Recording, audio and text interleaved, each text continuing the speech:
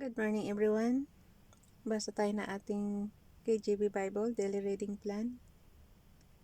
March 10, 2022, Day 129 natin to Samuel chapter 8 to 9 and 1 Chronicles chapter 18.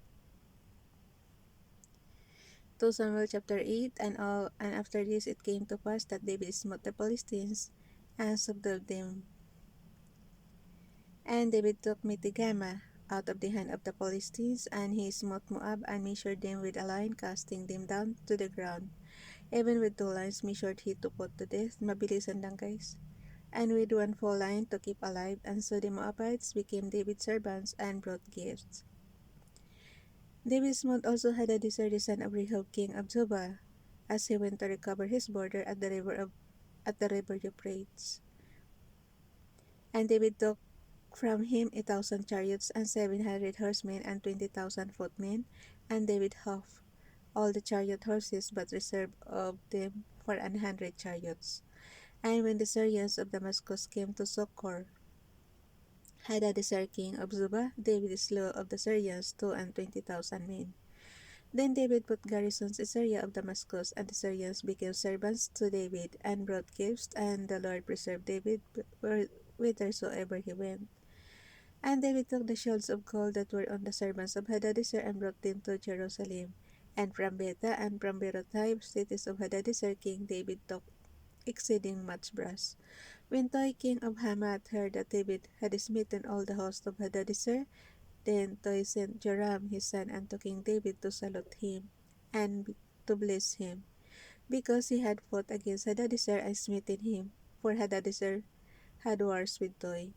And Joram brought with him vessels of silver and vessels of gold and vessels of brass, which also King David did dedicate unto the Lord, with the silver and gold that he had dedicated of all nations which he subdued, of Syria and of Moab and of the children of Ammon and of the Philistines and of Amalek and of the spoil of Hadadezer son of Rehob king of Zobah.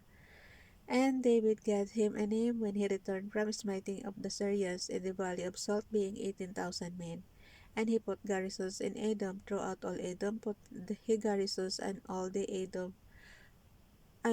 of Edom became David's servants. And the Lord preserved David whithersoever he went, and David reigned over all Israel. And David executed judgment and justice unto all his people. And Joab the son of Zeruiah was over the host, and Jehoshaphat the son of Ahilud was recorder. And Zadok the son of Ahitub and Ahimelech the son of Abiathar were the priests, and Seraiah was the scribe, and Benaiah the son of Jehoiada was over both the Cherethites and the Pelethites, and David's sons were chief rulers. To Samuel chapter 9, and David said, Is there yet any that is left of the house of Saul, that I may show him kindness for Jonathan's sake? Si Jonathan kasi kaibigan niya yan eh. Yung anak ni Saul, King Saul. And there was of the house of Saul a servant whose name was Ziba. And when they had called him unto David, the king said unto him, Art thou Ziba? And he said, Thy servant is he. And the king said, Is there not yet any of the house of Saul, that I may show the kindness of God unto him? And Ziba said unto the king, Jonathan hath yet a son, which is lame on his feet. And the king said unto him, Where is he? And Ziba said unto the king, Behold, he is the house of Machir, the son of Amiel, in Lodibar. Then King David sent and fetched him out of the house of Machir, the son of Amiel, from Lodibar. Now when Mephibosheth, the son of Jonathan, the son of Saul, was come up unto David. Wait, pakibasa nyo yung verse 6 ng 2 Samuel chapter 9. Nabubulol ako eh. Now when Mephibosheth, the son of Jonathan, the son of Saul, was come unto David, he fell on his face and did reverence. And David said, Mephibosheth, and he answered, Behold thy servant. And David said unto him, Fear not, for I will surely show thee kindness for Jonathan thy father's sake, and will restore thee all the land of Saul thy father, and thou shalt eat bread at my table continually.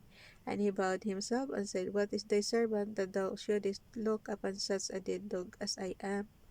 Then the king called to Ziba, Saul's servant, and said unto him, I have given unto thy master's sons all that pertained to Saul and to all his house. Thou therefore and thy sons and thy servants shall till the land for him, and thou shalt bring in the fruits, that thy master's son may have food to eat. But Mephibosheth thy master's son shall eat bread always at my table.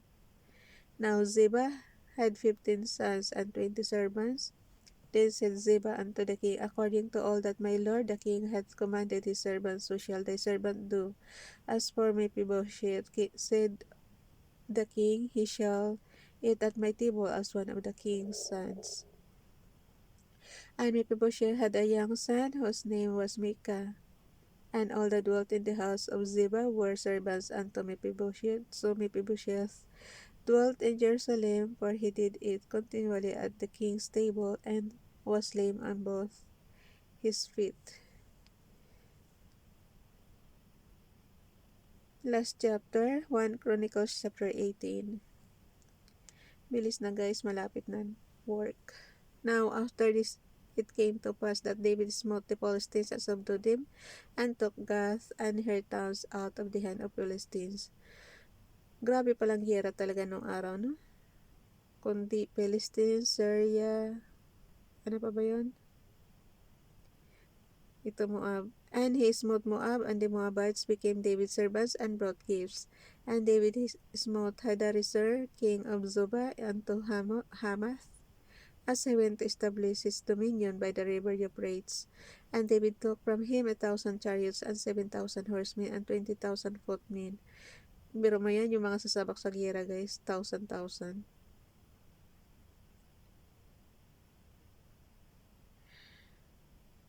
So wala talaga may dudulot na mabuti yung giyera, kaya tigil na dapat yan. David also, di ba may may war din tayo ngayon.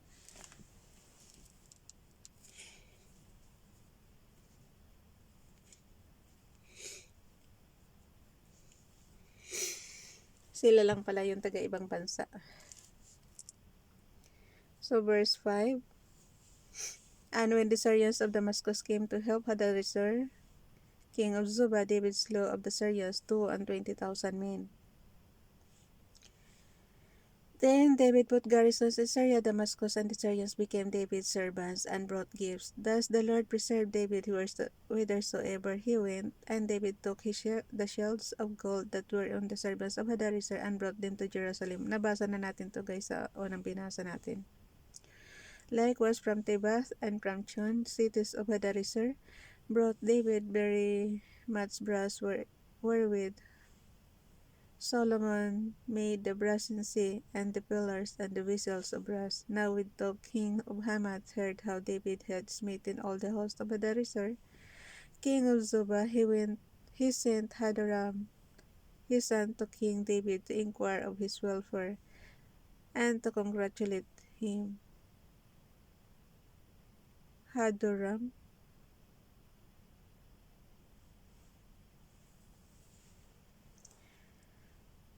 Mamaya balikan ko yun sa una natin binasa. Verse 10, He sent Hadoram his son to King David to inquire of his welfare and to congratulate him because he had fought against Hadarezer and smitten him. For Hadarezer had war with thou, and with him all manner of vessels of gold and silver and brass. Them also King David dedicated unto the Lord with the silver and the gold that he brought from all these nations, from Edom and from Moab, and from the children of Ammon, and from the Philistines, and from Amalek. Moreover, Abishai the son of Zeruiah slew of the Edomites in the valley of Salt 18,000, and he put garrisons in Edom, and all the Edomites became David's servants. Thus the Lord preserved David whithersoever he went. So David reigned over all Israel, and executed judgment and justice among all his people. And Joab the son of Zeruiah was over the host, and Jehoshaphat the son of Ahilud recorder. And Zadok the son of Ahitub and Abimelech the son of Abiathar were the priests, and Shah was a scribe. and Benaiah the son of Jehoiada, Twitter yan, was over the Cherethites and the Pelethites, and the sons of David worship about the king. Ano yun? Pag may magpa-pop up dyan guys, hindi natin hawak yan kasi ano nga nakabukas yung internet natin. Nakalagay sa kanya dito, Hadoram. Wait lang ha, puntahan ko lang yung yung anak nung na nag-congratulate. Tingnan ko yung una natin binasa.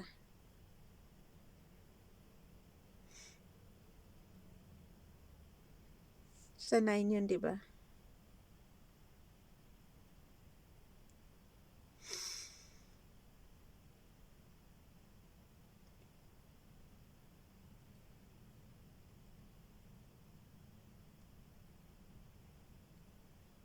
No, sa 8.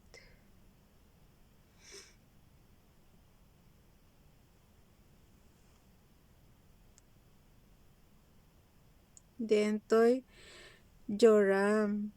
Dito sa Samuel, Joram ang pangalan. Doon sa nakalagay dito guys, oh. So, magkaiba, ibig sabihin, pero the same, di ba? Then toy sent Joram, his son, unto King David to salute him and to bless him. Tapos dito naman sa sa pangalawang Chronicles, he sent Hadoram.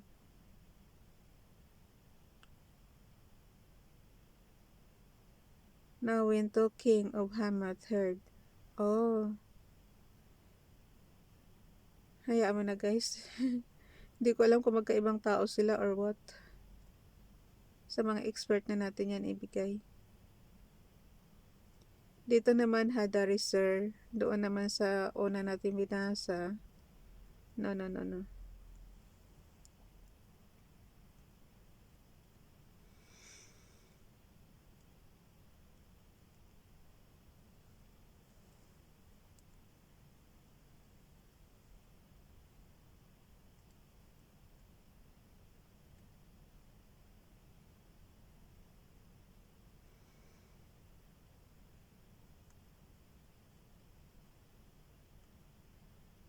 Na-amuse lang ako sa pangalan.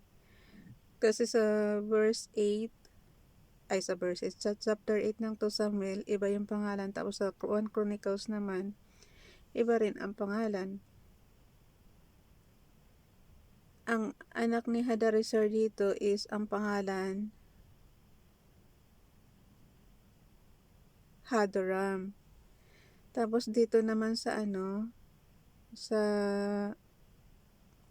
chapter 8 ng 2 Samuel, ang pangalan naman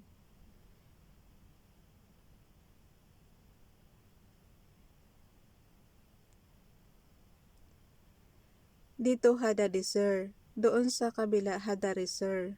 Ano ba talaga? Tapos ang pangalan ng doon sa kabila dito Joram. Doon sa kabila. So hindi ko alam kung magkapareho sila guys. So sa expert na natin yan ibibigay. Basta yung binasa natin magkaiba. Dito Hadadezer, doon sa isa Hadarezer. So may pagkakaiba sa character. Isang yung isang alphabet. Tapos dito naman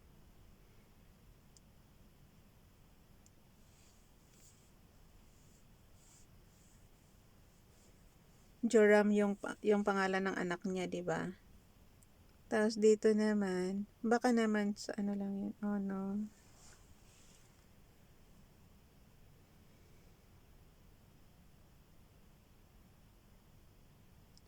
Basta kayo na mag-intindi, guys. Basta ang nakita ko magkaiba sila ng pangalan pero pareho sila ng lugar. Now into King of Hamath third. Tapos doon naman Toy King. Hadarezer King of Zubah. He sent Hadoram. Doon naman Joram. So yun. Baka sa lang yan. Baka ayoko magsalita ng kasi syempre kayo na mag-intindi. pareho ng ano, pareho ng ano, pero magkaiba ng pangalan. Sa ano lang naman, sa alphabet lang naman. Bye everyone. God bless.